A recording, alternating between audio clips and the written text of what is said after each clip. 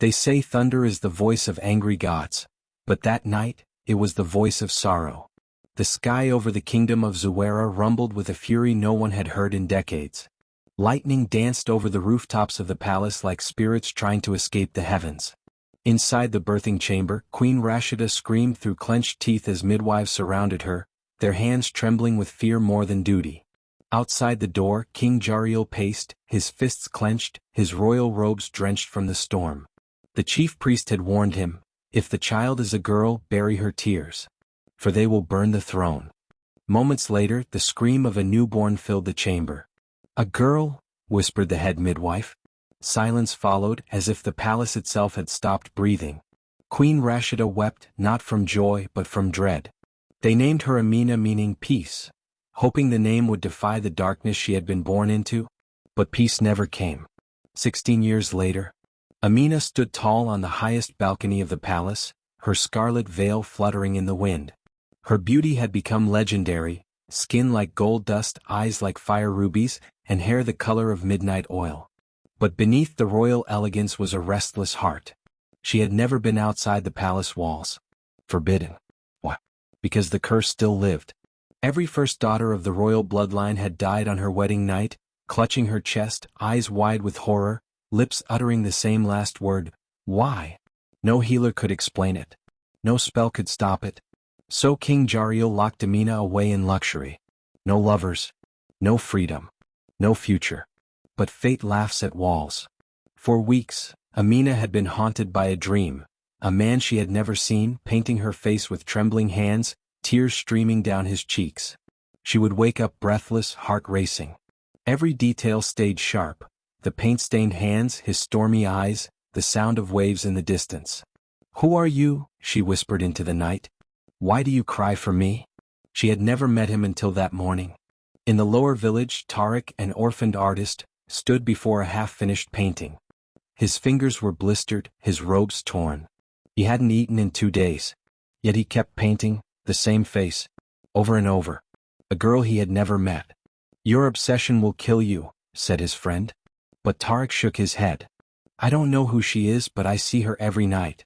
And every time she calls my name."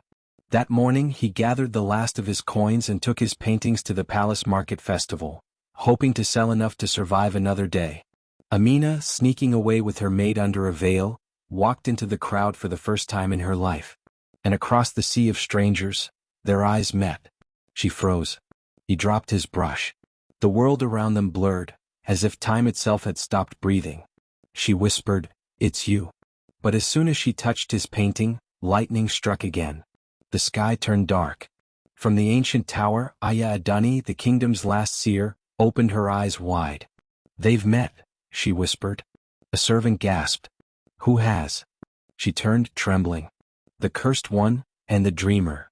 Amina stood frozen in the marketplace, her hood slipping off her head as the wind picked up. The people around her didn't notice, too busy buying, selling, laughing. But Tariq saw nothing else but her. The face from his dreams was real. He dropped his painting and stumbled forward. She stepped back, unsure whether to flee or speak. Her heart thundered like the sky above them. "Who are you?" he breathed. Amina's lips trembled. I've seen you. In my dreams." The words struck him like lightning. "Me too. You cried in my dreams. And you said my name. Why?" She didn't answer. Because at that moment, the palace guards spotted her. "Princess Amina," a guard bellowed. "Secure the royal." Tariq's eyes widened. "Princess?" She turned to run, but the guards surrounded her. One shoved Tariq to the ground. "Touch the princess again and you lose your hands." "Leave him," she cried. But they didn't listen. They dragged her away while the crowd whispered and stared. Tariq lay on the dusty ground, stunned, watching as the only girl he had ever truly seen was taken away. She looked back. So did he. Something in the air cracked. Far from the market, in a silent forest where few dared to walk, Aya Adani sat before a bowl of still water. She whispered forgotten words and watched the surface ripple. 2 faces appeared. Amina and Tariq. Tears rolled down the seer's wrinkled cheeks. "It has begun," she whispered. "The curse stirs, and the kingdom will bleed." Suddenly the water turned black, then red. A symbol rose from the bowl, a crown split in half, and a heart aflame. The last tear will fall, she said. And either love will break the curse, or love will be its final victim. Back in the palace, King Jariel paced furiously. How dare she leave the palace? He thundered. Does she wish to die early? Queen Rashida remained silent, her eyes full of pain. She's grown, Jariel. She seeks freedom. She seeks her death, the king snapped. The prophecy is clear. If she loves, she dies. A guard entered. Sire. There was a boy. He touched her hand. Who is he? A common painter from the slums. Find him. Banish him. If he returns, kill him. That night, Tariq returned to his shack with one thing on his mind, her. He stared at her face on the canvas. But this time, the painting had changed. Her eyes were filled with tears that hadn't been there before. And her crown was cracked. He didn't paint that. Suddenly the candle blew out. Cold wind filled the room. A voice, soft, ancient, echoed. You are not just a dreamer, Tariq. You are her key. He turned, terrified. There was no one. But when he looked back at the painting, she was smiling. Princess Amina sat alone in her royal chamber, the gold-trimmed curtains drawn shut like a tomb. The walls around her felt smaller than ever. Her mother's quiet voice from outside the door only made the silence heavier. You must forget him, Queen Rashida whispered. For your sake. And ours. But Amina's mind was already drifting back to the marketplace, to Tariq's eyes so full of wonder and sadness. She touched her hand, remembering the exact spot where he had held her. It still tingled. Something had awakened inside her, and it refused to die. I won't live in fear, she whispered to herself, even if it kills me. That night she unlocked her window and vanished into the night. Tariq stood by the riverbank, tossing pebbles into the dark water. Every part of him screamed to forget her, but how does one forget the sun after seeing it for the first time? Then a soft voice floated behind him. You forgot your brush. He spun. There she was. Princess Amina. Dressed in a simple village robe, barefoot, her crown nowhere in sight. Just her, glowing in the moonlight. Tariq's heart nearly stopped. I had to see you, she said, stepping closer. Before they erase you. You shouldn't be here, he said. I'm tired of shouldn't. I'm tired of fear. I want to know why fate keeps pulling us together. They stood inches apart. Neither moved. Then, she reached for his hand. And held it. A warmth spread between them like a quiet fire. Time slowed. The trees stilled. Even the stars seemed to lean in. He whispered, I've painted you 100 times. But nothing compares to the real you. She smiled. And kissed him. The moment their lips touched, a pulse of energy rippled through the air, unseen but felt by every living thing near them. Far away in the sacred cave of ancients, a forgotten door began to crack open. Inside it lay something ancient, something cursed. A whisper floated from the darkness. The lovers have touched, the end begins. Back at the palace, Lady Zaina, Amina's jealous cousin, stood behind a curtain in the queen's wing, having overheard everything. She's escaped, again, Zaina said to herself, venom in her voice. Running after a peasant. She smiled darkly and turned toward the guards' quarters. Let's see how long love lasts, when the hunter becomes the hunted. Back at the river after their kiss, Amina leaned on Tariq's shoulder. For the first time in her life she felt free. But Tariq suddenly shivered. What is it? She asked. I don't know, he said. I just saw something, a flash. What did you see? A palace burning, you in chains, and me dead. Amina's smile faded. And from the shadows someone watched them. A palace guard. At dawn the guards swarmed the village. Their boots crushed the soil like thunder. Chickens scattered, villagers screamed, and from the shadows of the banana grove, a hooded figure pointed toward a tiny hut. There, Lady Zaina whispered. That's the painter. Inside, Tariq and Amina stirred from a sleepless night spent watching the stars and whispering dreams. Her head still rested on his chest when the door burst open. By order of His Majesty, the lead guard shouted. Tariq grabbed a blade from the corner, but Amina stopped him. No, she cried. If you fight, they'll kill you. Before he could react, a club struck his head. Blood. Darkness. Amina screamed as they tore her from him. He collapsed unconscious. She was dragged back to the palace. King Jariel slammed his staff against the marble floor, his voice booming across the throne room. You disobeyed your blood. You defiled your legacy. You spit on our name. Amina stood tall, face bruised but unshaken. Her scarlet eyes glowed with defiance. I fell in love, she said, and I will not apologize. Then you are no daughter of mine, he growled. You will be locked in the chamber of chains, until your wedding day. You will marry a prince of my choosing and forget this madness. No, she said through clenched teeth. I will die before I marry anyone but him. The queen sobbed silently from the corner. And high above the palace, lightning crackled again. That evening, deep within the whispering forest, the old seer Aya Adani lit 7 black candles and whispered into a bowl of red water. She had seen it coming. But now, the visions were louder, clearer. She stood, gripping an old scroll wrapped in serpent skin. The curse was born from a lie, she muttered. And only the truth will set her free. She took the scroll and headed for the palace. Tariq awoke in the dungeon, bleeding, chained, and barely breathing. Rats squeaked in the shadows. His only thoughts, Amina. Footsteps echoed. A young palace maid, trembling, sneaked in and handed him a hidden message on palm leaf. Read. Don't give up. I will fight for us. Hey. Tears filled his eyes. I will die for you, he whispered. But not before I've lived for you. In the highest tower of the palace, Princess Amina sat in a cold chamber, wrapped in chains of gold and bone, symbols etched with ancient markings to suppress her spirit. But nothing could cage her heart. She closed her eyes and began to hum. A song her mother used to sing. But this time, something happened. The chains trembled. A mark on her wrist began to glow. And far beneath the palace, something ancient awoke. As night fell, Aya Adani arrived at the palace gates, demanding to see the king.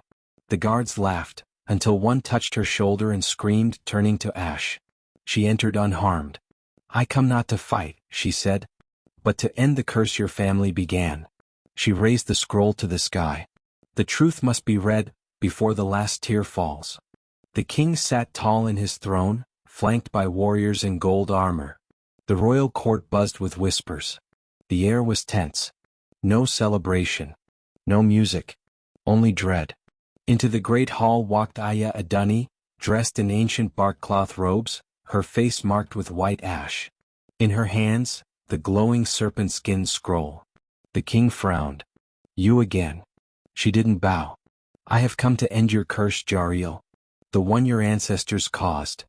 The queen gasped. The courtiers murmured. The king stood. You speak of things long forgotten. Lies of dead seers. Adani raised the scroll high. This is not a lie. It is the truth of the bloodline of Zuwaira. And your daughter's soul depends on it. She opened the scroll. The air grew heavy. The torches dimmed. Over 200 years ago, she began, the founder of your line, King Makari, fell in love with a powerful forest maiden, a woman of light and spirit. Her name was Nia. But when his council demanded he marry a royal, he betrayed her. On the night of her death, Nia placed a curse on Makari's bloodline. May the first daughter of every generation carry the weight of my broken heart. Let love destroy them as it destroyed me. And so it began, every first daughter cursed to die when love touched their heart.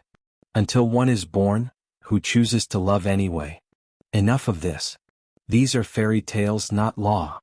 But the queen stepped forward, trembling. She's telling the truth. I always felt it, like a shadow around our daughter's heart. I forbid this madness, he barked. You can't forbid the truth, Adani said coldly. Just then the palace walls shook. The ground rumbled. Dishes fell. People screamed.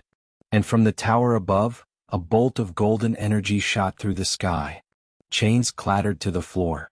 Amina gasped, staring at her wrists, no longer bound. Her eyes glowed gold.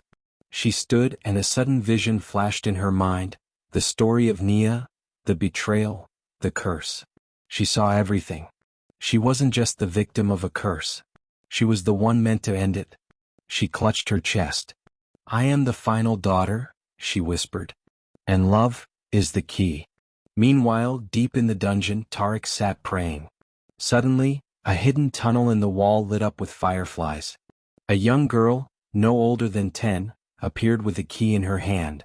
"I saw you in my dreams," she whispered. "The girl with fire eyes loves you. You must not die." She opened his chains and disappeared. Tariq didn't wait. He ran through the tunnel, wounded but burning with purpose. "Amina," he whispered, "I'm coming." Back in the throne room, wind howled. Adani turned toward the royal mirror, now glowing white. From its surface emerged a ghostly woman in silver and green, her hair like vines, her skin radiant. Nia was her name, the spirit of the forest maiden. She looked at the king, then at the queen, then at Adani, and she whispered, "My heart was broken by your blood. But now a daughter has risen, who dares to heal it." Beneath the palace garden, in the moonlit temple of ancestral tears, Amina walked barefoot over sacred stones. Her body pulsed with strange new energy. Her spirit had awakened. She followed the whisper of a name, Tariq. A soft wind blew. The flames of the torches bent in one direction. She turned and there he was, bleeding, panting but alive. They ran into each other's arms, holding on as though the world around them no longer mattered. "I saw you in my visions," she said breathlessly. "And I saw you in my dreams," he replied. They kissed again, but this time, it was more than love.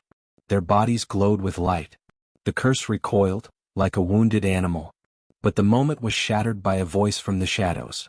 "Well, well, well," sneered Lady Zaina, stepping forward with a dagger in hand and guards behind her. "How poetic, the cursed princess and her low-born lover, clinging to a dream." "Zaina?" Amina gasped. "You think love will save you?" Zaina growled. "You think you're chosen?" She raised the dagger at Tariq, but Amina stepped in front. Zaina hesitated, then smirked. "You're not brave, cousin. You're stupid. And when you die, the crown will fall to me." She turned and vanished into the dark, leaving behind the echo of her betrayal. Later that night, in the Hall of Ancients, Aya Adani gathered the queen, the royal council, and the few loyal elders who still believed in the old ways. She placed a mirror in the center of the room, the mirror of echoes. "Tonight we ask the gods what they require." The mirror shimmered. Amina and Tariq stepped forward, their hands locked. The surface shifted, and the final words of the prophecy appeared in fire. "When the daughter of fire and the dreamer of truth share a love unshaken, the curse shall tremble.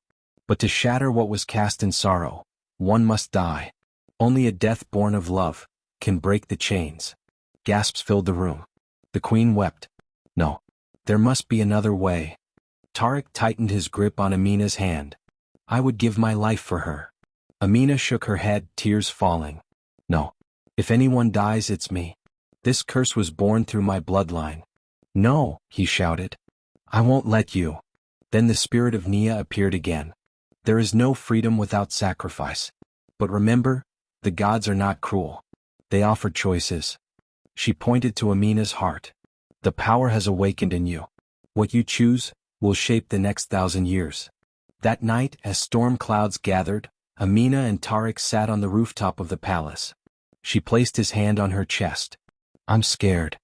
"So am I," he whispered. "But I'd rather die in your arms than live without you." They knew what had to be done. But neither would allow the other to die.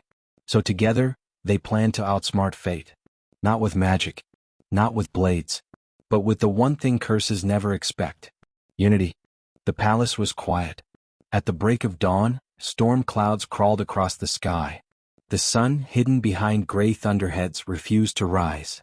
Birds did not sing. Even the guards whispered. Everyone in the kingdom could feel it. Today was the day of the final reckoning. Amina stood at the ancient shrine of Sundering, a sacred place only opened once every century. Tariq stood beside her, holding her hand, his eyes fixed ahead.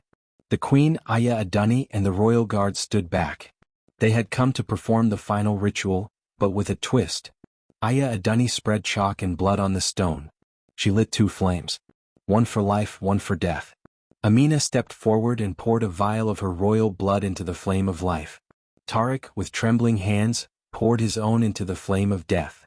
The flames roared. The ground shook. And then, "No!" screamed a voice. Lady Zaina burst forth, flanked by rogue guards. She held the serpent blade, a dagger forged during the original curse. Her eyes glowed purple. "I won't let you break the curse," she hissed. "Without it I am nothing." She charged. Zaina lunged for Amina. But before the blade could strike, Tarek stepped in. The blade sank into his chest. Blood spilled. Time froze. Amina screamed. Zaina's eyes widened in horror. No, it wasn't supposed to be him. The sky cracked open. Lightning slammed into the shrine. Zaina was thrown back, her body scorched by divine fire. Tarek collapsed into Amina's arms. "I told you," he whispered, "I would die for you." "No," she sobbed, "I won't let you go. Not like this." The mirror appeared again, now floating in the air. The spirits of Nia, the old kings, and the original priestess surrounded them. "You have fulfilled the prophecy," they said. "But love gave us another way," Nia whispered. "You may choose." A new flame appeared. It glowed neither red nor blue, but gold.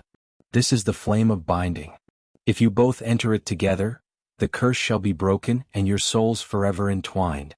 But there will be no crown, no palace, no title. Only love. Hidden from this world." Amina looked into Tarek's eyes. He was weak, but still alive. "I don't want a crown," she whispered. "I want you." He nodded, and hand in hand, they stepped into the flame. When the fire cleared, they were gone. The shrine glowed with peace. The sky cleared. The storm passed. The curse lifted. Zaina was taken away, her madness now complete. The queen looked to the horizon and whispered through tears, "My daughter chose love over power. She is no longer of this world, but she is finally free." Epilogue. In a land beyond the reach of time, where rivers sang and flowers whispered, Amina and Tarek lived in a hidden valley of gold and green. No thrones. No curses. Just love. And every year, when the sky turned violet at sunset, a golden mist would rise in the kingdom of Urem, and lovers would swear they could see a glowing couple dancing in the clouds. To love even when it hurts. To give even when it costs. To choose even when fate resists. That was the legacy of Princess Amina and the Painter of Dreams.